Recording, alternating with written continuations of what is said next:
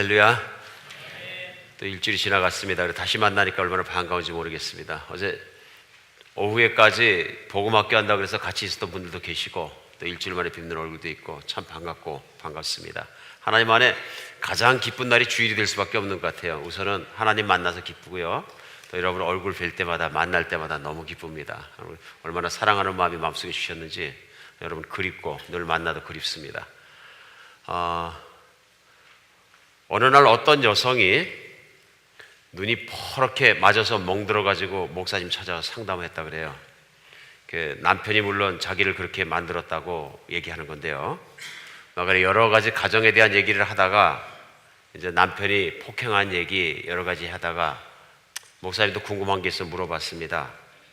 근데 그 남편이 그렇게 떼기 전에 우리 자매님도 뭔가 말을 했겠죠. 그러니까 말을 했지요 그러더래요. 그래서 궁금해서 남편이 때리기 전에 도대체 무슨 말을 했습니까? 그랬더니 그래 잘났다, 때려.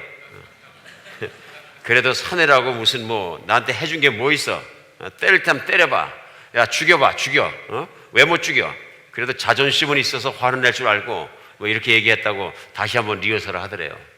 목사님이 곰곰이 들어보니까 그 문제가 있는 거예요. 그래 목사님이 그랬대요. 그래도 남편이 훌륭한 데가 있네요. 그래 자매님이 놀라가지고 쳐다보는데 뭐라 그러시냐면은 죽이라 그랬는데 때리기만 했으니까 훌륭한 남편이죠. 나 같으면 잘못하면 죽일 것 같은데. 농담이죠. 농담이지만 정말 우리 인생 살아가다 보면은 이렇게 말이 정말 무시무시해질 때가 많습니다. 그렇죠? 언어가 폭행하고 그것도 양에 차지 않으니까 언어 폭행이 있으면 뒤따라오는 게 뭐냐면 이제 힘의 폭행도 막 따라오고 관계가 막 깨지는 거죠. 집안에서 부부관계가 좋아야 밖에 일도 잘 되고, 물론 영적 생활이 잘 되는 건 말할 필요도 없습니다. 우리 관계가 깨지고 아프면 많은 게 깨집니다. 우리 관계가 건강하지 않으면 인생도 건강하지 않습니다. 우리 지난주부터 시작해서 우리 시리즈 말씀으로 건강한 인생을 어떻게 살아갈 수 있는가, 그래서 건강한 인생을 사는 법에 대해서 에베소서 말씀 4장 말씀 가지고 같이 말씀을 나눠왔습니다. 오늘 그 두 번째인데요, 계속해서 에베소서 말씀 4장 29절에서 32절 말씀이 오늘 봉독하신 대로 본문 말씀입니다. 다시 한번 읽어드리면 에베소서 4장 말씀 29절부터는 이렇게 시작합니다. 무릇 더러운 말은 너희 입 밖에도 내지 말고 오직 덕을 세우는 데 소용되는 대로 선한 말을 하여 듣는 자에게 은혜를 끼치게 하라. 제일 먼저 더러운 말 하지 마라. 그리고 선한 말 해라. 그러면서 30절에 보면 하나님의 성령을 근심하게 하지 마라. 그 안에서 너희가 구원의 날까지 인치심을 받았느니라. 31절에는요, 너희는 모든 악독과 노함과 분냄과 떠드는 것과 비방하는 것을 모든 악의와 함께 버리고, 마지막 32절에 서로 친절하게 하며 불쌍히 여기며 서로 용납하기를 하나님이 그리스도 안에서 너희를 용서하신 것 같이 하라 하는 말씀입니다. 그러니까 오늘은 두 번째 시간은 뭐냐면요, 건강한 인생, 건강한 삶을 살기 위해서는 우리가 분명히 해야 될 것인데요, 그것이 뭐냐면요, 건강한 마음을 만들어야 된다 하는 것입니다. 오늘 말씀이 우리에게 임해서 우리 인생이 건강해지는 날 되었으면 좋겠습니다. 우리 희망을 가지고 이런 마음을 가지고 말씀을 전하기도 하고 듣는 시간 되었으면 좋겠습니다. 에베소 교회는 신약교회의 대표적인 교회 중에 하나입니다. 특히 사도 바울이 3년 동안이나 직접 목회를 했고요, 에베소 교회 모든 성도들이 온전한 제자처럼 변했거나 천사처럼 변했을 것 같습니다. 왜냐하면 에베소 교회는 많은 교회가 있었습니다만 사도 바울이 3년씩이나 목회했습니다. 다른 교회는 뭐 짧게는 한 달 그랬겠죠. 이제 길게는 고린도 교회 같은 경우는 1년 반. 그러나 에베소 교회처럼 3년을 목회한 교회는 그렇게 많지 않았습니다. 그런데 에베소 교회에서는 3년을 사도 바울이 목회했기 때문에 정말로 좋은 교회라고 우리가 추측할 수 있습니다. 그런데 오늘 본문에 보면 에베소서인데요, 에베소 교회에 좋은 일만 있는 게 아니라 나쁜 일도 많이 있었던 것 같아요. 이게 뭐냐면은 말을 막 하는 분들이 있고 언어에 폭력이 있는 분들이 계셨고, 그 중에는 더더군다나 화를 내고 소리 지르고 분을 내고 비방하고 막 그런 악의를 가지고 말을 하는 사람들이 있었던 것 같습니다. 그러니까 오늘 29절에는 무릇 더러운 말을 입 밖에도 내지 말라고 사도 바울은 강조하는 거죠. 그 다음에 31절에 보면 모든 악함과 노함과 분냄과 떠드는 것, 비방하는 것. 교회 오면은 교회가 조용해야 되는데 그 중에 몇몇 사람이 막 소리를 지르고 악을 쓰고 막 그러면 어떻게 될까요? 교회 평화는 다 깨져버리죠. 그냥 미꾸라지 한 마리가 온 논바닥을 흙탕물을 일으킨다고 교회에서 몇몇 분만 그냥 막 악이 있고 뭐 조그만 일 하나 가지고 소리를 버럭버럭 질러대고 그러면 교회 평안 다 깨져버리죠. 에베소 교회, 아마 이 좋은 교회에도 사도 바울이 시무했던 교회에도 이런 문제가 있었던 것 같습니다.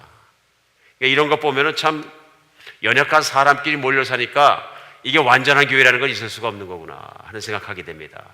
그렇게 정말 세인트, 사도, 어마어마한 분이 담임 목회를 했는데 불구하고 그러니까요. 저 이 말씀 준비하면서 하나님께 진짜 감사하고 감사했어요. 한비전교회 조용한 교회 주셔서 너무나 감사합니다. 소리 지르신 분 없어서 너무 감사합니다. 소리 지르는 분 다 나간 거 아닐까요 혹시? 뭐 계실지라도 그 소리가 잠잠해졌겠죠. 예. 어떤 분들 보면 막 그냥 소리를 지르면 온 교회가 들썩들썩 하던데 아주 무시무시하죠. 이런 분들 계시면 교회가 막 불안불안합니다. 오늘 말씀 나오는 것처럼 악독하게 말하는 분 많이 안 계신 것 감사하고, 그러나 한비전 교회라고 언제나겠습니까? 예, 뒤에서 수근수근 얘기하는 분도 있을 수 있는 거고 아직도 미성숙한 모습이 얼마든지 드러날 수 있는 거죠. 또 그리고 끊임없이 저희 교회는 살아서 역사하는 교회이고 새 가족들이 들어오고 새 사람이 들어오고 변화받는 사람들이 들어오기 때문에 저희 교회도 완벽한다고 분명히 얘기할 수 없는 거죠. 그런 면에서는 우리가 오늘 이 말씀이 우리에게 꼭 필요한 것입니다. 꼭 필요한 것이죠. 우리 말로 사람을 죽이기도 하고 말로 사람을 살리기도 합니다. 맞습니까? 우리 2000년이 왔을 때 그 20세기에서 21세기로 넘어오면서 20세기까지 인류의 역사상 가장 인류의 문명의 발전에 기여한 사람이 누군가 하고 조사를 했을 때 그때 누가 나갔냐면 에디슨이 나왔습니다. 아마 우리가 전기불부터 시작해서 에디슨의 발명으로 말미암아 인류가 많은 혜택을 입었다, 많은 전 세계에 있는 사람이 그렇게 인정하는 것 같습니다. 그런데 그 에디슨이라는 사람 우리가 아는 것처럼 초등학교 다닐 때는 진짜 공부하고는 담을 싼 사람이었어요. 엉뚱한 사람이라서 우리가 아는 것처럼 계란을 품고 계란 달고를 병아리로 부화시킨다고 품에 끌어안고 다니고, 또 그리고 뭐 별 이상한 실험을 어릴 때부터 많이 하면서 공부를 잘 안 했던 학생이에요. 그러니까 학습 지진합니다. 그래 한 번은 담임선생님이 어머니를 불러가지고 애와 어머니가 있는 데서 얘는 전응하라 교육을 못하겠고 얘는 미래와 비전이 없는 아이입니다 하고 선포해버렸어요. 그러니까 어머니가 화를 내시면서 우리 아이는 그런 애가 아닙니다. 우리 아이는 좀 독특한 아이고 호기심이 많고 관심이 많은 아이지만 선생님이 말씀하시는 그런 아이는 아닙니다. 그러고는 에디슨을 집에 데리고 와서 얘야, 선생님이 한 얘기를 귀담으로 들지 말거라. 너는 아주 독특한 아이다. 그리고 내가 하고 싶은 걸 하고 그 하고 싶은 모든 일 속에서 내가 살아가거라. 이렇게 말해갖고 격려했다 그럽니다. 만약 이 어머니가 이런 격려의 말을 안 해줬다면 에디슨이 뭐가 됐겠는지 모르죠. 나는 세상의 실패자다. 그렇게 살아가면서 에디슨은 이 세상에서 망가진 사람 중에서 하나로 술주정뱅이가 됐더니만 마약 중독자가 됐더니 그렇게 살았을지도 모릅니다. 선생님의 말은, 잘못된 말은 학생을 죽일 수 있지만 엄마의 살아있는 그 말 한마디가 에디슨을 살려내서 인류의 문명에 공헌한 사람을 만든 것이죠. 말이 얼마나 중요합니까? 우리는 하루에 몇 번씩 말로 어떤 사람을 죽이기도 하고요, 말로 어떤 사람을 살리기도 합니다. 결국 우리 인생이 뭐냐면요, 인생의 삶을, 건강한 인생을 살기 위해서는 우리 인생에 만난 사람들과의 관계가 건강하면 됩니다. 맞습니까? 관계가 건강하면 행복해지고요, 모든 관계가 편안해져야 되는데 그 평안이 깨지는 이유 중에 하나 뭐냐면요, 말을 잘못해서. 두 번째는 뭐예요? 내가 그만 감정 관리가 안 돼서. 말을 잘하려고 그러고 감정 관리 잘하려고 하는데 이 폭발해버렸어요. 폭발해버리면 어떻게 돼요? 관계가 다 깨져버려요. 그렇죠? 아우, 차라리 그때 화를 내지 말고 그걸 참고 지나갔으면 그 관계가 안 깨지는 것을. 가정에서도 마찬가지죠. 내가 참았으면 되는데 거기에서 감정 컨트롤이 안 돼서 화가 난 것에 이상해서 막 이게 폭발을 하다 보면 자기 감정에 말려 들어가서 또 막 그 감정을 가지고 막 말을 하니까 그거 가지고 또 상대방은 또 감정이 또 폭발해 갖고서는 집이 어떻게 돼요? 쌍화산이 막 활활 타오르는 것처럼 온통 마그마가 흘러가지고 온 집안을 다 녹여버리죠. 감정 표현이 얼마나 중요합니까? 하나님이 우리에게 좋은 관계를 맺기 위해서 두 가지를 주신 것 같아요. 뭐냐 하면 말과 감정을 표현할 수 있는 능력입니다. 잘 쓰면 굉장히 좋은 것인데요, 이걸 잘못 쓰면 우리 인생을 망가뜨립니다. 그리고 오늘 본문도 보면은 29절에서 말을 잘 써라 나오고요, 31절에 내려와서는 뭐냐면요, 우리가 감정 관리를 잘하라, 감정을 잘 사용하라. 그렇죠? 악함과 노함과 화내는 거죠. 분냄과 떠드는 것과 소리 크게 막 떠드는 것과 다른 사람을 막 욕하고 비판하고 비방하는 것과 모든 악한 뜻을 버리고, 그렇죠? 서로 사랑하고 서로 용서하고 살아라. 내 감정을 잘 관리해라 하는 부탁을 하시는 것입니다. 그리고 결국 그렇게 따져보면은 말을 잘못 쓰고 감정 관리를 잘못하면 인생이 망가진다. 병든 인생을 살아간다. 아픈 인생을 살아간다는 얘기예요. 그러니까 많은 경우에 그리스도인이 되고 정말 예수를 믿으면서도 가정이 깨지고 교회 와서 관계가 깨지고 직장이 망가지고 그다음에 사업장에서 막 부서지고 하는 이유 중 가장 큰 이유가 말 잘못해서, 감정 표현 잘못해서 그런 경우가 얼마나 많습니까? 결국은 말을 오늘 성경 말씀대로 바르게 하고 감정을 잘 표현해서 정말 아름다운 인생, 건강한 인생을 살기 위해서는 뭘 관리하면 되겠습니까? 대관절 말을 잘한다는 것은 말을 유창하게 한다는 얘기는 물론 아니죠. 오늘 본문 말씀처럼 말을 함으로 말미암아서 관계를 부드럽게 하고 사람들을 살리는 말을 하라는 얘기인데요. 그런 말을 잘하기 위해서는 어떻게 하면 될까요? 말의 근원되는 뿌리를 잘 다스리면 되는 거죠. 뿌리를요. 감정 표현도 마찬가지죠. 내가 화내지 말아야지, 화내지 말아야겠는데 내가 쇼템퍼예요. 참으려고 그러는데 막 확 올라오면 감당을 못해. 근데 그러지 말아야지, 그러지 말아야지. 그래서 내가 참을 수 있는 거 얼마나 참을 수 있을까요? 뭐 한 3-4번까지는 참겠죠. 네 번째 가면 또 터지면 더 크게 터지겠죠. 근데 결국 내 감정이 관리가 안 되는 뿌리가 어디서 나와요? 여러분 마음에 생각하고 추측하시면 마음에서 나옵니다. 마음에 있는 내 감정 관리가 안 되면 이게 터지는 거예요. 중요한 건 뭐냐면요, 말의 뿌리도 마음이고 감정의 뿌리도 마음입니다. 결국은 뭐냐면 우리가 감정도 그렇고 말도 그렇고 우리 마음을 어떻게 다스리냐에 따라서 달라지는 거죠. 저자를 제가 확인할 수 없는 어떤 사람의 글에 이런 글이 나옵니다. 언어가 거친 사람은 분노를 안고 있는 사람입니다. 부정적인 언어 습관을 가진 사람은 마음에 두려움이 있는 사람입니다. 과장되게 이야기하기 좋아하는 사람은 그 마음이 궁핍하기 때문입니다. 자랑을 늘어놓기 좋아하는 사람은 그 마음에 안정감이 약하기 때문입니다. 음란한 이야기를 늘어놓는 사람은 그 마음이 청결하지 못하기 때문입니다. 항상 비판적인 말을 하는 사람은 그 마음에 비통함이 있기 때문입니다. 다른 사람을 헐뜯는 사람은 그 마음이 열등감에 사로잡혀 있기 때문입니다. 다른 사람의 말을 듣지 않고 자기 말만 하려는 사람은 그 마음이 조급하기 때문입니다. 반면에 항상 다른 사람을 격려하는 사람은 자신의 마음이 행복하기 때문입니다. 부드럽게 말하는 사람은 그 마음이 안정적이기 때문입니다. 진실되게 이야기하는 사람은 그 마음이 담대하기 때문입니다. 마음에 사랑이 많은 사람이 위로의 말을 잘 건네줍니다. 겸손한 사람이 과장하지 않고 사실을 말합니다. 마음이 여유 있는 사람이 말하기에 앞서 다른 사람의 말을 잘 듣습니다. 여러분 어떻습니까? 딱 맞는 말씀 같아요. 딱 맞는 말씀 같아요. 결국은 모든 뿌리가 어디서 나와요? 잘 다스려지지 않은 마음에서 나옵니다. 우리의 내면을, 우리의 마음을 건강하게 잘 다스리면 말도 건강해지고 감정 표현도 건강해지는 것 같습니다. 그런데 문제는 뭐냐면요, 우리 마음을 어떻게 다스릴 거냐 하는 것입니다. 근데 우리 마음은 가꿔야 하는 것 같습니다. 마음을 힘들여서 가꿔야 된다는 것이죠. 근데 요즘 세상에는 진짜 외모 가꾸는 데는 목숨 거는 경우가 많은 것 같아요. 어제 오후까지 2박 3일간 기도원 들어가서 복음학교 왔는데 사진 찍으려고 다 햇볕으로 나오세요. 그러니까 나왔는데 제일 먼저 걱정되는 게 뭐냐면 자매니들이 난리야. 햇볕에 다 나오니까 엄마 김이 그러더니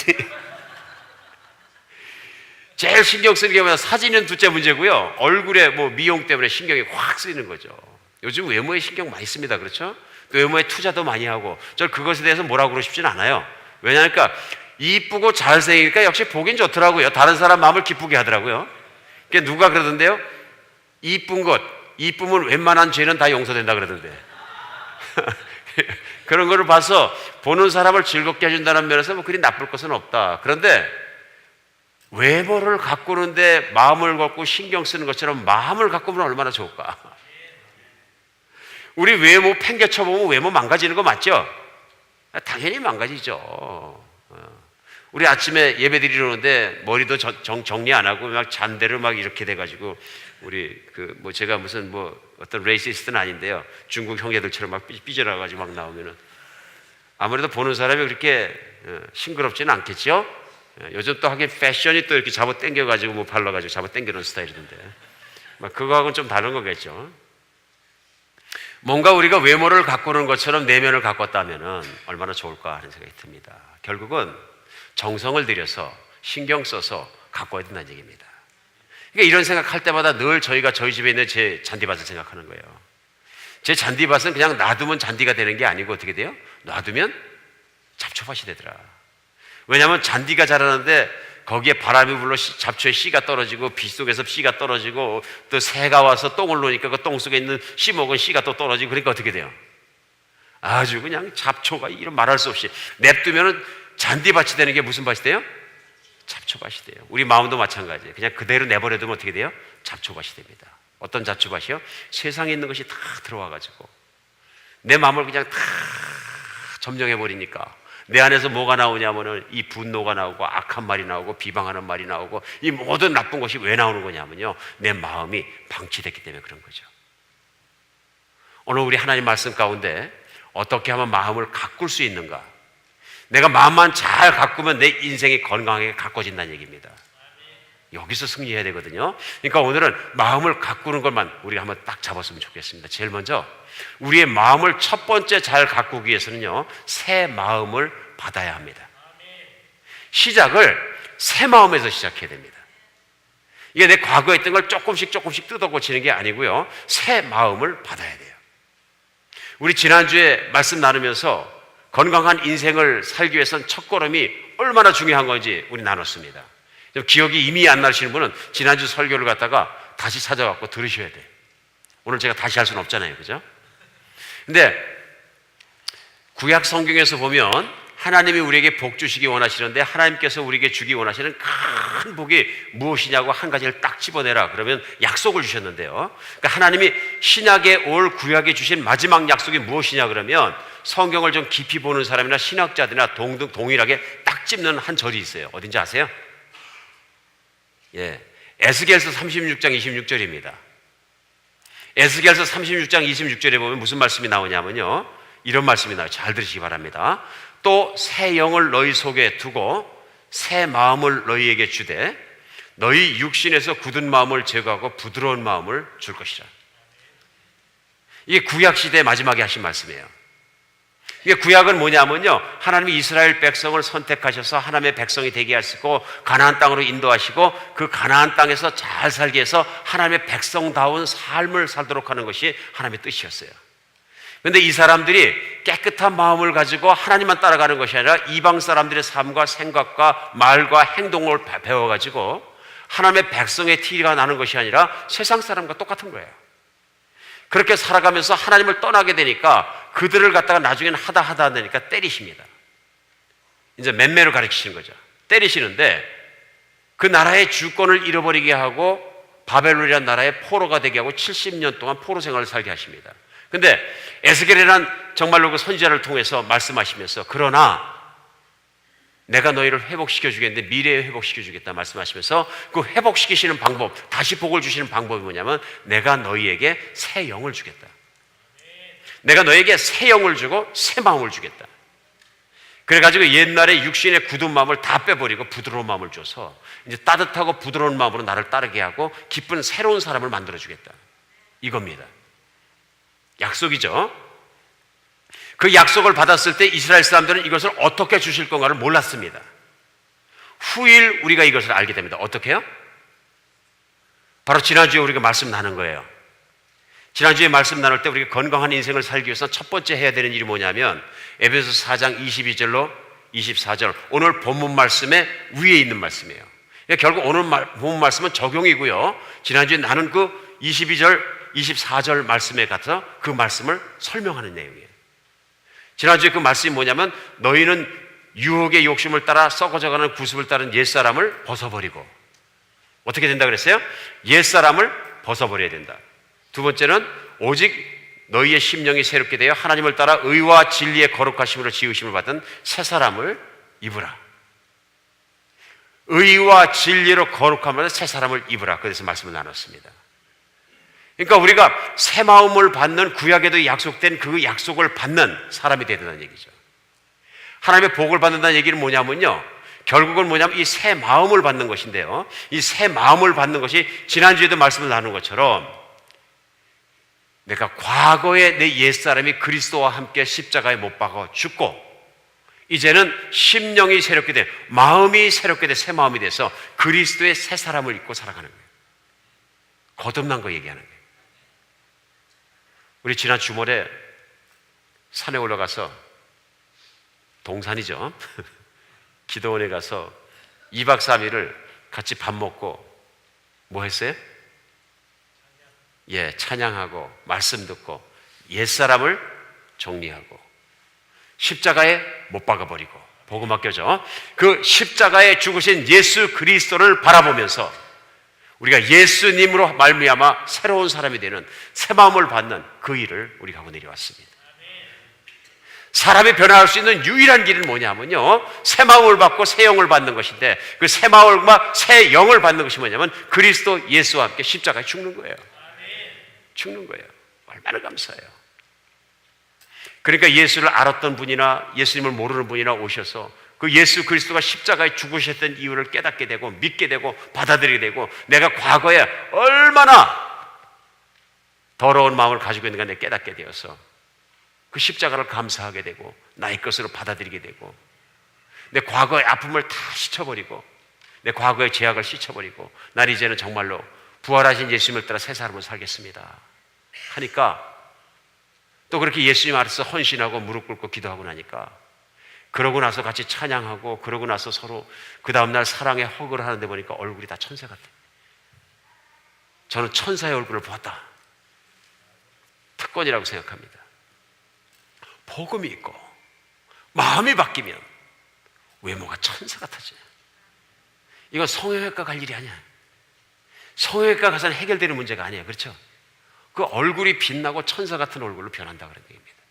얼마나 감사한 일. 새 마음이 들어왔기 때문에, 새 사람이 되었기 때문에 우리 마음속에 있는 그런 독들이 나가야, 그 마음속에 있는 어둠이 나가야, 마음속에 있는 정말 악한 게 나가야, 십자가에 못 박아버려야 새 사람이 되어야 빛이 들어오는 거죠. 그 내면이 천국이 되는 거죠. 내 내면이 천국이 되었고 내 모든 죄악이 그리스도로 말미암아 내가 용서받고 내가 깨끗한 사람이 되었다는 그것을 갖고 내가 생각을 하니까 내 스스로 깨끗한 사람이 되니까 달라지는 거죠. 그렇죠? 똑같이 찬송가를 불러도 그 예수의 십자가의 뜻을 알고 새 사람이 된 걸 아는 사람이 부르는 찬송가는 다른 찬송가죠. 예를 들면 찬송가 438장 우리가 찬양할 때 다른 마음으로 찬양한다. 내 영혼이 은총 입어 중한 죄짐 벗고 보니 슬픔 많은 이 세상도 천국으로 화도다. 할렐루야 할렐루야 찬양하세. 내 모든 죄 사받고 주 예수와 동행하니 그 어디나 하늘나라. 아멘. 이 마음이 되는 거죠.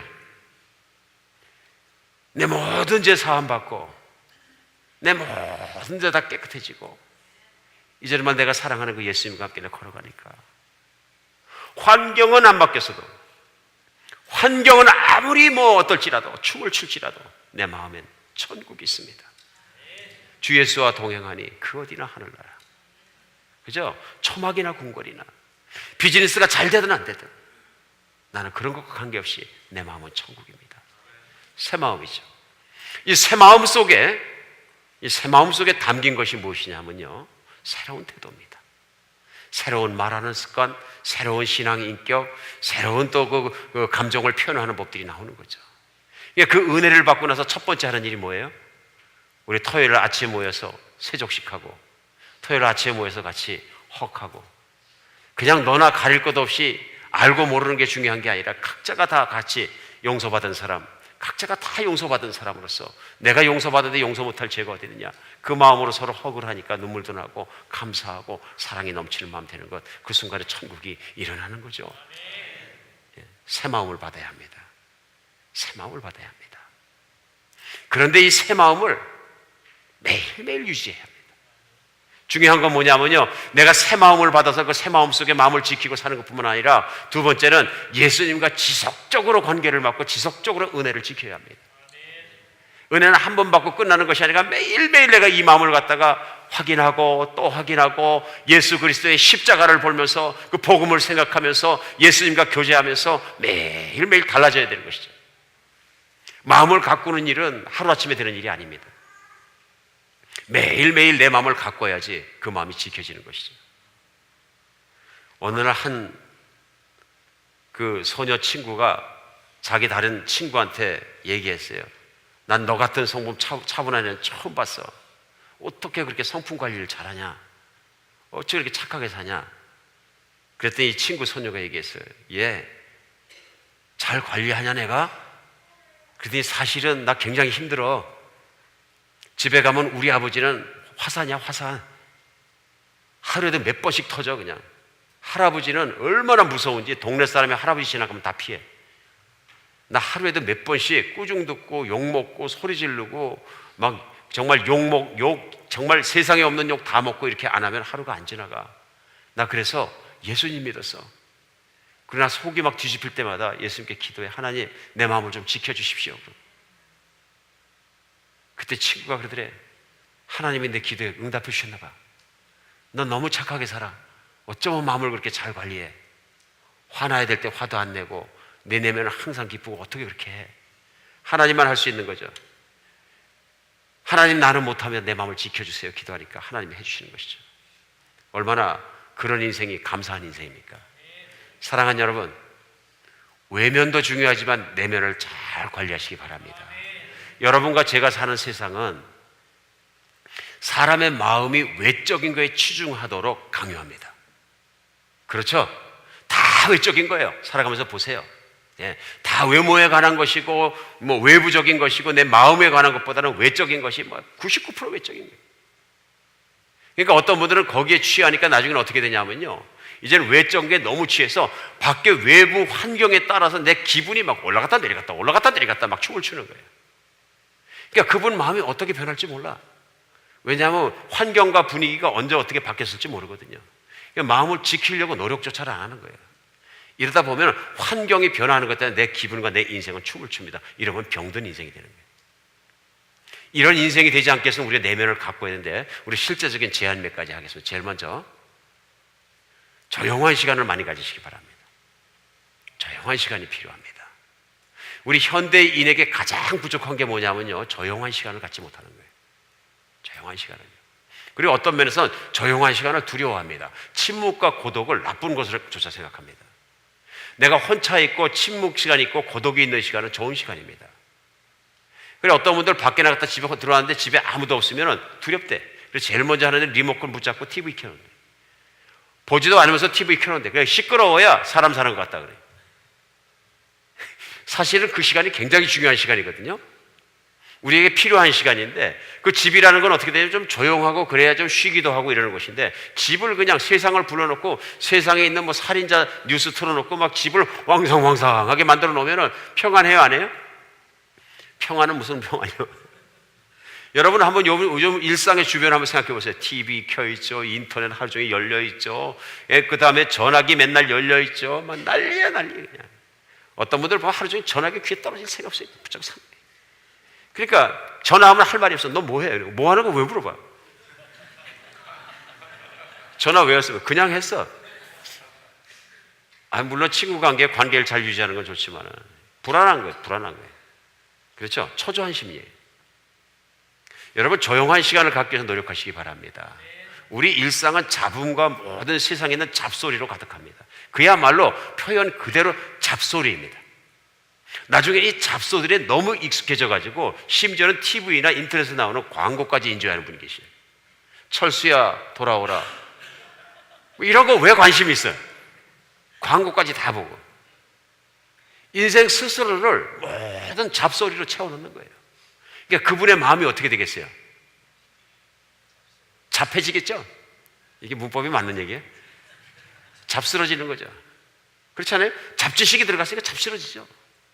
예, 음란한 생각이 들어가면 음란해지고, 맞잖아요? 탐욕스러운 생각들이 들어가면 탐욕스러워지고, 그렇게 되는 거죠. 마음을 관리하지 못해서 그런 거예요.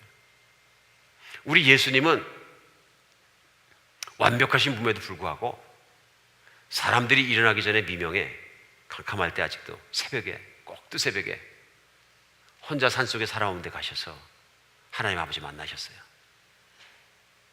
예수님이 그래야 되시면 우리는 어떻게 해야 될까요? 조용한 시간 가는 여러분과 제가 됐으면 좋겠습니다. 항상 하나님과 함께 교제하고 묵상하고 내면을 관리하는 우리가 되었으면 좋겠습니다. 우리가 이것을 관리하지 못하기 때문에 우리의 은혜가 마음을 관리하는 것이 평안이 지속되지 않는 거죠. 우리의 마음이 그렇게 지속되지 않으니까 관계도 깨지고 말도 잘못하게 되고 감정도 폭발하게 되고 감정 관리도 안 되고 내면이 관리되지 않으니까 우리 외적인 생활이 안 되는 것이죠. 우리 기독교인은, 우리 그리스도의 사람들은 인사이드 아웃으로 살아야 됩니다.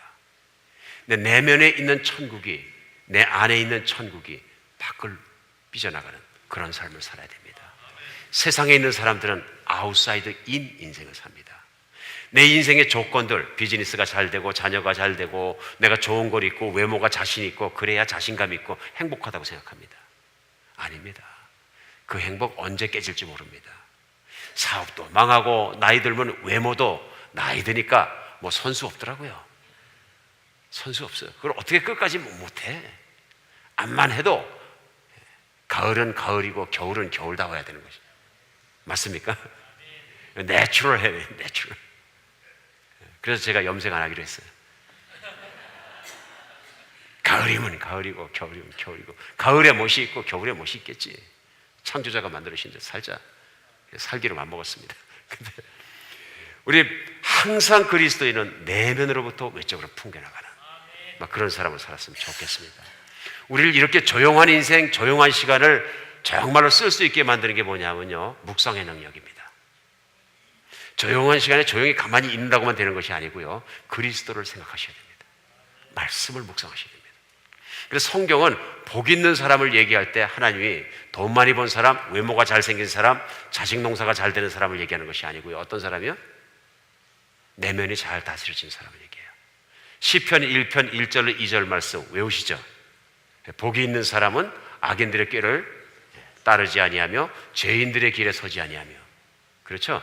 또 오만한 자의 자리에 앉지 아니하고 오직 여호와의 율법을 즐거워하여 그 율법을 주야로 묵상하는 자로다. 하나님의 말씀을 주야로 생각하고 하나님과 교제하는 자로다. 조용히 마음을 지킬 줄 아는 사람이라. 그 다음에는 뭐예요? 이 사람 마치 신학가에 심긴 나무 같아서 그 하는 모든 일이 다 형통하리라. 그 하는 모든 일이 내면이 그리스도로 말미암아 지켜졌기 때문에 모든 말하는 것이나 사람들과 관계를 맺는 것이나 그가 감정을 보이는 것이나 그의 삶의 모든 관계들이 건강해질 것이다. 그리고 그의 삶이 건강해질 것이다. 이게 복이죠. 사랑하는 여러분, 여러분과 제가 이런 인생을 사는 저희가 되었으면 좋겠습니다. 매일 묵상하고 매일 묵상 일기를 쓰는 사람만큼 복된 사람 없습니다. 이런 사람만큼 내면이 다스려진 사람들이 없습니다. 우리가 교회에서 열심히 섬기는 것도 중요한 일이고 사명을 성취해가는 것도 너무 중요한 일입니다. 그러나 그 사명을 성취하는 것조차도 우리의 내면이 정리되고 내면이 준비되었을 때 하나님이 일할 수 있는 거죠. 하나님 일을 한다고 뛰어다니긴 뛰어다니는 내면이 다 부서져 버려가지고 내면에서 흘러나오는 것은 어떻게 보면 육신적이고 세속적이고 자기의 정말 정리되지 않은 생각, 성품 막 이런 그 핫템퍼 이런 거 막 흘러나오는데 자기를 막 사역한다고 뛰어다니면 결국은 그리스도의 열매가 아니라 육신의 열매 맺기에 피할 수 없는 길을 만나게 되는 것이죠. 사랑하는 여러분, 내면에 마음을 쓰고 내면을 지키는, 가꾸어가는 여러분과 제가 되었으면 좋겠습니다. 그러면 말은 정돈이 되고 우리의 모든 감정 표현도 정리가 될 것입니다. 5만 번 이상 기도 응답을 받은 사람이 있습니다. 그리고 자기가 책을 썼는데 3,000명 이상 고아를 길러낸 유명한 세인트가 있습니다. 조지 물러라는 사람이죠. 아주 유명한 사람인데요. 근데 이 사람이 어릴 때는요, 티네이저 때는요, 세상에 그렇게 못된 사람이 없었대요. 그래가지고 불황자였었는데 아버지 돈 훔치는 걸 말할 필요도 없고요, 거짓말을 일삼고요, 입으로는 아주 그냥 filthy, 더러운 언어는 있는 대로 쓰고요, 친구들과 어울려서 유흥업소 들락거리다가 유흥비가 없으면 털다가 또 이제 경찰서 들락거리고 나중에 교도소 생활하고 그 티네이저 생활을 이렇게 보내가 있어요. 자기 자신도 절망했던지 교도소 갔다 와갖고서는 동네에 있는 목사님을 찾아갔어요. 나 같은 인간은 어떻게 하면 되겠습니까? 그러니까 이 목사님이 내면이 잘 다스려진 분이에요. 그분은 조지 뮬러의 현재 모습을 보지 않고 내면을 통해서 조지 뮬러를 보는 거예요. 얘기해 줍니다. 내가 그리스도를 영접하면 새 마음을 갖게 되고, 내가 열심히 해서 네 성품을 바꾸려면 안 바뀌어지겠지만은 너는 그리스도를 영접하고 새 마음을 받아야 된다. 그리고 새 사람이 되면 내가 새 사람답게 살 수 있다. 그리고 하나님은 너를 버리지 않을 것이다. 하나님이 너를 반드시 바꾸실 것이다. 그 말을 듣고 그 자리에서 무릎 꿇고 예수를 받아들입니다. 그리고 그날 이후로는 새 사람이 되었기 때문에 새 사람답게 살기 시작하고 꾸준히 예수님 앞에 마음을 다스리고 들어가는데, 결국은 우리가 알고 있는 기도의 사람 조지 뮬러라는 놀라운 성자가 나타나는 것입니다. 사랑하는 여러분, 우리 내면이 다스려진 삶을 사는 여러분과 제가 되었으면 좋겠습니다. 바깥이 아니고 우리 안에 있습니다. 천국도 바깥이 아니고 내 안에서 시작합니다. 다른 무엇보다 내 안이 정돈된 여러분과 제가 되었으면 좋겠습니다. 사람이 세상에서 만족 못해서 헐떡거리고 사는 이유는 왜 그러냐면요, 내 내면이 빈약하기 때문에 그렇습니다. 하나님의 사랑으로 내 모든 것이 꽉 찬 사람은 내 내면에서 만족하기 때문에, 믿음과 사랑에서 만족하기 때문에 나눌 것이 있고 부드럽고 온유한 성품이 되는 것 같습니다. 무엇보다 그리스도 십자가를 매일매일 바라보면서 하나님의 사랑을 매일매일 확인하면서 그렇게 넘치고 여유 있고 행복한 내면을 갖고서 그렇게 사람들의 덕을 세우는 여러분과 제가 되었으면 좋겠습니다. 기도하겠습니다. 예, 하나님, 이 주일에 주신 말씀들로 감사합니다. 주님, 말씀을 통해 이 모습대로 우리가 살 수 있도록 도와주시고, 우리 주님께서 우리가 이렇게 승리할 수 있도록, 이렇게 내면을 가꿀 수 있도록 말씀 주신 줄 믿습니다. 그리고 십자가의 그 놀라운 은혜도 주신 줄 믿습니다.